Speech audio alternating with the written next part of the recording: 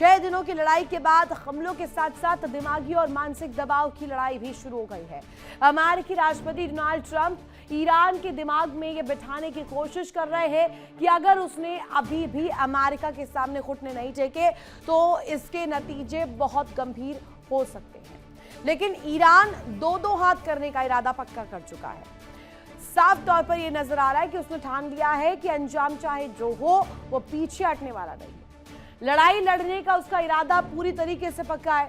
इसके पीछे असली वजह हथियारों का भंडार है, जिसके दम पर अमेरिका और ईरान लंबा युद्ध लड़ने के लिए तैयार है। दोनों ही पक्ष दावा कर रहे हैं कि उनके पास हथियारों की कोई कमी नहीं है। अगर जरूरत पड़ी तो वे लंबी लड़ाई लड़ने के लिए भी पूरी तरीके से तैयार हैं। लेकिन इन दावों के बीच एक दिलचस्प बात यह सामने आ रही है कि दोनों देश एक दूसरे के हथियारों के भंडार पर सवाल उठा रहे हैं। यानी कि जंग सिर्फ मैदान में नहीं बल्कि बयानबाजी, रणनीति और ताकत के दावों के जरिए भी लड़ी जा रही है। अब इस बीच ट्रंप के कुछ दावे सामने आ रहे हैं। ट्रंप दावा कर रहे हैं कि उनके पास भारी मात्रा में हथियार है, जो कि ईरान को मिटाने के लिए बेहद काफी है। साथ ही दूसरी ओर ईरान भी डंके की चोट पर कह रहा है कि उसके पास भी हथियारों की कोई कमी नहीं है। वो अपने दुश्मनों से लंबी लड़ाई लड़ सकता है। अगर कुल मिलाकर कहें तो जो लड़ाई सम्मान के लिए शुरू हुई थी वो अब अस्तित्व की लड़ाई बन गई है। और 6 दिनों के भीषण युद्ध के बाद चर्चा हथियारों के भंडारों पर अब आ गई है। ऐसे में बड़ा सवाल ये आकर खड़ा होता है कि क्या सच में ये जिसे कहा जा रहा है कि इसे दिखावे की कोशिश की जा रही है, जिसे दिखाने की कोशिश की जा रही है, या फिर हकीकत कुछ और है। आज की चर्चा इसी पर करेंगे, समझने की कोशिश करेंगे कि क्या अमेरिका और ईरान युद्ध में हथियारों की होड़ शुरू हो गई है। क्या अमेरिका और ईरान के बीच युद्ध अब लंबा चलेगा और ईरान के दावों के साथ साथ अमेरिका के दावों के साथ साथ अब सबसे बड़ा सवाल यही कि इस जंग का आखिर होगा क्या, इसका भविष्य क्या है। करेंगे इसी पर बड़ी चर्चा। खास मेहमान मेरे साथ कनेक्ट है, उनका तारुफ सबसे पहले आपको करवा दो। ग्रुप कैप्टन आशीष सहाय, रिटायर्ड रक्षा विशेषज्ञ, इस वक्त हमारे साथ कनेक्ट है। मल्लिका पांडे जी विदेश मामलों की जानकार हैं और साथ ही साथ मनोज कुमार जी वरिष्ठ पत्रकार हमारे साथ कनेक्ट है। पहला सवाल मनोज जी आज आप ही से लेते हैं। Good morning. और पहला सवाल ये कि हम इस अखाड़े में देख रहे हैं अपने अपने दावे, अपने अपने बोल और अपने अपने चालबाजियां। अब ईरान है, इजराइल है, अमेरिका है। एक तरफ से हमला होता है, दूसरी तरफ से काउंटर अटैक होता है।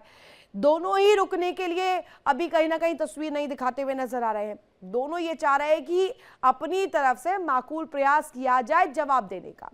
अब जवाब तो दिया जाएगा, लेकिन अब इस बीच एक जो बड़ा सवाल उठ रहा है कि यहां पर हथियारों का खेल शुरू हो गया है। प्रदर्शनी एक तरह से लगाई जा रही है कि किसके पास बेहतरीन हथियार है। क्या इसे आने वाले समय में बड़े खतरे का संकेत माने? मनोज सर, आप सही बता रहे हैं। मुझे लग रहा है कि जैसे जैसे दिन बढ़ रहा है, 4 दिन में लगभग जो है 4 लाख करोड़ खर्च हो गया है। और अब अभी का जो युद्ध है वो टेक्नोलॉजी बेस्ड हो गया है। कौन सा कंट्री ज़्यादा टेक्नोलॉजी में एडवांस है, उसी तरह से अपना औजार बनाता है और एक दूसरे पे हमला करता है। तो मुझे ऐसा लग रहा है कि जिस तरह से जो है अमेरिका ने जो है ईरान पे युद्ध जो है थोपा है, वार थोपा है।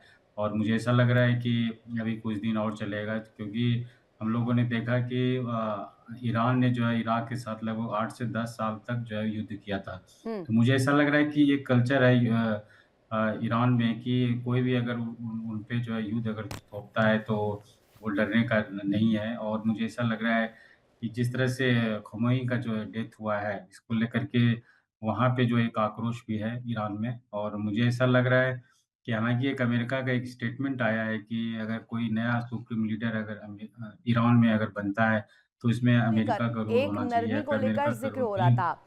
हथियारों के भंडार में क्या कुछ शामिल है, उस जंगी बेड़े में क्या कुछ है? आशीष सर, हम उस जंगी बेड़े की तस्वीर और उसको लेकर के तमाम दावे बहुत समय से देख रहे हैं। ये लड़ाई जो है जिसमें अमेरिकी राष्ट्रपति एक तरफ, बेंजामिन नेतन्याहू एक तरफ और दूसरी तरफ है ईरान, जिसके पास ना तो टॉप लीडरशिप इस वक्त बची हुई है। मुश्तबा को बना दिया गया है सर्वोच्च नेता, लेकिन इसके बावजूद भी थोड़ा बैकड्रॉप पर अभी ईरान है, लेकिन वो भी रुकने को तैयार नहीं है। सबसे दिलचस्प बात, अभी कमांड और नेटवर्क ना लीडरशिप कुछ नहीं है ईरान के पास, लेकिन वो भी अपने भंडार से एक एक मिसाइल निकाल रहा है और दिखा रहा है कि हम भी नहीं रुकेंगे, दूर तलक ले जाइए आप इस जंग को, हम दूर तलक जाने के लिए तैयार हैं। रितु, मोस्तफा को डिक्लेयर कर दिया है, ये मुझे आपसे पता चल रहा है। कल तक का ये था कि उनको डिक्लेयर करने वाले हैं, क्योंकि हमारी इंफॉर्मेशन अभी भी 7th डे ऑफ वॉर, ये इंफॉर्मेशन अभी भी क्लियर नहीं हो रही है सर। कई खबरें ये हैं कि बना दिया गया है। मैं उस बिहाफ पे भी आपसे पूछ रही हूँ, और इस बिहाफ पे भी अगर ना भी हो कोई सर्वोच्च नेता, क्योंकि लीडरशिप तो खत्म है, कोई कमांड देने वाला नहीं है, और इस सिचुएशन में जंगी बेड़े से अगर एक एक मिसाइल निकाल रहे हैं तो इसका मतलब क्या है? तो मैं वो टॉपिक मैं खत्म कर दूं कि ये जो प्रेस सेक्रेटरी हैं यूएस प्रेसिडेंट की, लेविट, उन्होंने भी बोला कि अभी डिक्लेरेशन नहीं हुई है, we will wait for the declaration. लेकिन अभी अभी की ऋतु ये न्यूज है, अभी immediately as we are talking, कि CNN ने ये डिक्लेयर किया है कि अमेरिकन प्रेसिडेंट ने बोला है कि Mostafa is a light weight to become the leader. उन्होंने एक नया टर्म निकाला है। अभी अभी ट्रंप साहब का रिएक्शन आया कि अगर मोस्तफा बनते हैं तो he is a light weight, और इसी के साथ उन्होंने अगला स्टेटमेंट दिया कि I need to be involve in this leadership selection. तो अब वो ईरान के इंटरनल जो प्रियम्बल्स हैं, कॉन्स्टिट्यूशनल प्रोविजंस हैं, उसका मेंबर बनना चाहते हैं, बोर्ड ऑफ पीस टाइप, कि वो सिर्फ ईरान का प्रेसिडेंट, चीफ जस्टिस और चीफ क्लरिक नहीं डिसाइड करेगा अगला लीडर कौन होगा, बल्कि प्रेसिडेंट ऑफ यूनाइटेड स्टेट्स भी उसका एक रोल अदा करना चाहते हैं कि मुझसे पूछकर ईरान का अगला लीडर डिसाइड होगा। तो दैट इज वेरी फनी, और ये पता नहीं इसका मतलब क्या होता है, वो कुछ भी बोलते हैं। लेकिन coming back to the Arsenal's, देखें अभी भी IDF और मेजरली अमेरिका ने अपने मेजर हथियार यूज नहीं किए हैं पूरी मात्रा में, क्योंकि वो भी शायद शुरू में ये सोच रहे होंगे कि ईरान एक बहुत ही टैक्टिक्स के थ्रू सारे फायर पावर को इनिशियली खत्म करा लेना चाहता है, डिफेंसिव फायर पावर को, और तब अपनी बड़ी मिसाइलों को लॉन्च करेगा तेल अवीव या American targets in the gulf पे। तो इसलिए ये भी बहुत शुरू में मेजर्स चल रहे थे।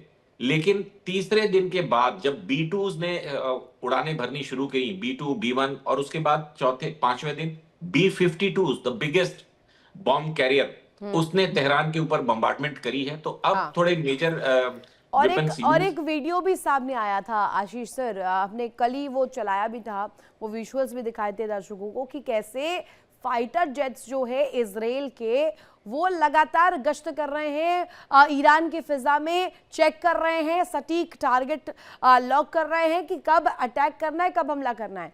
ये तो दिखा देता है कि अभी मंशा नहीं पूरी हुई है। और जैसे कि आपने लेविट का जिक्र भी किया है, वो एक के बाद एक इस तरीके की जो प्रतिक्रियाएं सामने आ रही है, ये स्पष्ट करता है कि हथियारों का ये भंडार जो है अभी अमेरिका और इजराइल दोनों खोल रहे हैं, लेकिन चाहते यही है कि जैसा कि आपने कहा लाइट वेट लीडरशिप है मुश्तबा की, तो लाइट वेट से हैवी वेट वो अमेरिकी नीति के तहत हो जाए। राइट, अब मलिका जी से एक जवाब मैं चाहूंगी। मलिका जी, माफी के साथ आखिरी आपसे मैं टेक ले रही हूं, लेकिन ये सवाल आप जरूर बताइएगा, ये हथियारों का प्रदर्शन, ये प्रेजेंटेशन इस जंगी तस्वीर को और कैसे आगे विध्वंस की ओर ले जा रहे हैं? और जैसा कि अभी आशीष सर ने बहुत दिलचस्प बात बताई है कि इस वक्त भी जब हम ये बातचीत कर रहे हैं, इस दौरान भी प्रतिक्रियाएं नहीं रुकी हैं। अमेरिका ये कह रहा है लाइट वेट लीडरशिप है मुश्तबा की। देखिए ऋतु जी, अमेरिका की बात करें तो अमेरिका सबसे पहले तो जब वॉर में भी घुसे थे तो आज तक तो उनकी ये क्लैरिटी आई नहीं है कि वो वॉर में एंड गेम उनका था क्या। क्योंकि अभी मैं वॉशिंगटन पोस्ट के एनालिसिस पढ़ रही थी, जिसमें उन्होंने हर एक स्टेटमेंट उनके बदले जा रहे हैं। तो संडे को वो बोलते हैं कि हम वॉर में इसलिए घुसे थे क्योंकि हमें न्यूक्लियर उनका हटाना था। मंडे को वो बोलते हैं कि हमें उनके मिसाइल्स खत्म करवाने थे, बैलिस्टिक मिसाइल्स उनको नहीं बनाने थे ईरान को, इसीलिए। ट्यूसडे को वो बोलते हैं हम रिजीम चेंज करने वाले थे। वेडनेसडे को वो बोलते हैं कि नहीं, ये सब नन ऑफ द अबव, हम चाहते ही नहीं थे कि वहां पर मतलब यूएस का कंट्रोल रहे। तो देखिए ऋतु जी, उनके ओवर द टाइम पीरियड काफी अमेरिका के एक और आप भूल गई, मलिका जी, एक और स्टेटमेंट है, शायद वो आप भूल गई, वो ये स्टेटमेंट था कि हम तो अमेरिकी सिटीजन्स को प्रोटेक्ट करना चाह रहे हैं। और एक और चीज़ इसमें एड ऑन किया गया कि अगर इस तरीके की स्थिति होती न्यूक्लियर प्रोग्राम को लेकर के, ईरान अगर उसमें सक्सेसफुल होता तो पहला अटैक ईरान अमेरिका पर ही करता, और इसी वजह से बातचीत में जब मसला नहीं सुलझ रहा था तो हमने हमला करने का फैसला लिया। एक बड़ी खबर इस बीच सामने आ रही है, उसके बाद वापस लौटे अपने मेहमानों के पास। IRGC, सेना और पुलिस को ट्रंप का अल्टीमेटम, हथियार डाल दे नहीं तो मौत तय है। ईरान की सत्ता में आने वालों पर अमेरिका की नजर है और ईरान को नई दिशा, बेहतर भविष्य देने में मदद करेंगे। ये इस वक्त की बड़ी खबर है, बड़ी जानकारी सामने आ रही है। ट्रंप का ये स्टेटमेंट जिसमें स्पष्ट रूप में कहा गया कि हथियार ईरान डाल दे नहीं तो आने वाले समय में मौत तय है। मलिका जी, इस पर जरा रिएक्ट कीजिएगा। हथियार डाल दीजिए, वेपन्स डाल दीजिए, दूसरी तरफ आप तो हथियारों का माकूल प्रदर्शन कर रहे हैं। आप लोग एक कमी नहीं छोड़ रहे हैं अपनी जंगी बेड़े से मिसाइलें निकालने की, या USS अब्राहम लिंकन को भी आपने नहीं हटाया अभी तक। ठीक है, आपने हमला कर दिया, लेकिन इसके बावजूद भी आप तो थोड़ी सी नरमी बरत सकते हैं। पर स्टेटमेंट्स क्या है कि 5 से 7 हफ्ते और चल सकता है। ये क्या दिखाता है? ट्रंप क्यों इतना इंटरेस्टेड है इस टाइमिंग को लेकर और वॉर की इंटेंसिटी को लेकर? देखिए रितु जी, ट्रम्प का sole focus is always oil economy है। वो तेल का खेल जो हम हमेशा डिस्कस करते हुए आए हैं, चाहे वो वेनेजुला में हो, और कोई भी ट्रम्प को अगर अपोज करता है। देखिए, अगर हम मिडिल ईस्ट में देखें तो सिर्फ ईरान ऐसी कंट्री था जिसके पास ऑयल था, जो ट्रम्प के पेट्रो डॉलर को हमेशा अपोज करते हुए आया है। इराक को हमेशा ट्रम्प, देखिए जो मनीष सर ने भी बोला था, 1980 से 88 तक सद्दाम हुसैन को इराक ईरान वॉर में किसने सपोर्ट किया था? अमेरिका ने सपोर्ट किया था। इनफैक्ट अमेरिका ने इनको केमिकल वेपन्स तक सप्लाई किए थे, तब भी ईरान नहीं झुका था। बट इराक को किसने सप्लाई किए थे? और लास्ट में सद्दाम हुसैन अमेरिकियों द्वारा मारे गए थे। क्यों? क्योंकि उन्होंने पेट्रो डॉलर को चैलेंज किया। तो जब भी अमेरिका के इस तेल के खेल को कोई भी चैलेंज करेगा कहीं पर भी, तो उस पर अटैक निश्चित है।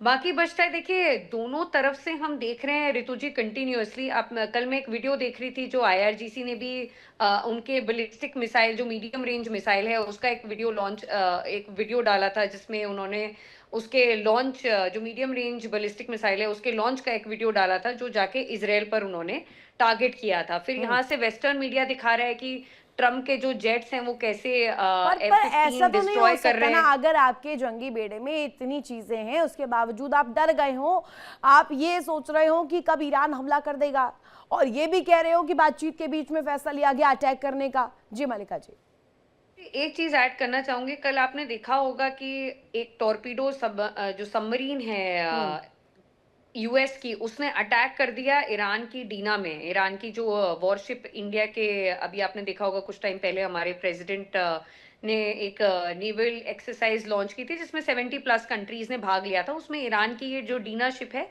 उसने भी पार्टिसिपेट किया था, आयरिस डीना। तो अब आप देखिए कि जेनीवा कन्वेंशन के अकॉर्डिंग आप किसी भी मतलब वॉरशिप को ऐसे ही अटैक अगर करते भी हैं तो उसके बाद जो उसकी डेब्री बचती है, जो सेलर्स होते हैं, उसको आपने रेस्क्यू करना होता है। और जिस कंट्री के वाटर्स में आपने एक्सरसाइज की होती है तो आपको बताना होता है कि ये हमने ऐसा अटैक कर दिया। तो US सबमरीन ने किसी को ना बताया, ना श्रीलंकन नेवी को बताया, इन्फॉर्मेशन दी, ना इंडियन नेवी को इन्फॉर्मेशन दी, और सीधे अटैक कर दिया, जो जेनीवा कन्वेंशन का बिल्कुल उल्लंघन है। तो हम देख रहे हैं कि इसमें काफी अब क्या हो गया है, जैसे उनके डिफेंस सेक्रेटरी भी बोल रहे हैं और जो उनके वॉर सेक्रेटरी हैं वो भी बोल रहे हैं बार बार अमेरिका के, कि इसमें अब कोई भी रेड लाइन नहीं बची है। अब ये है कि अभी हमें तो इस ग्रीन regime को सिग्नल ही topple दे करना दिया है ना, सीधे सीधे ग्रीन सिग्नल ही दे दिया है।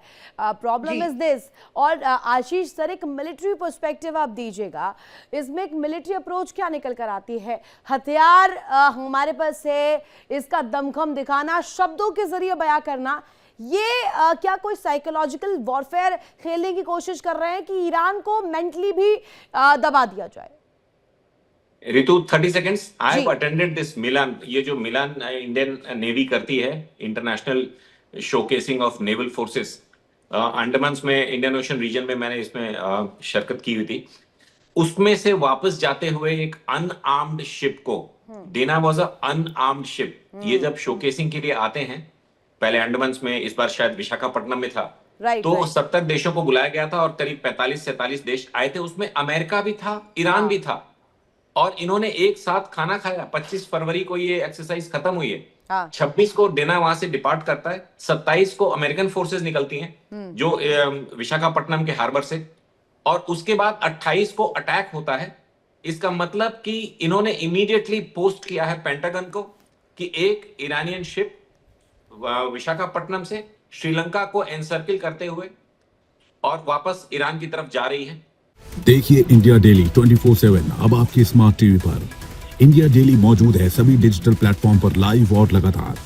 इंडिया डेली 24/7 हर दिन राष्ट्र को समर्पित।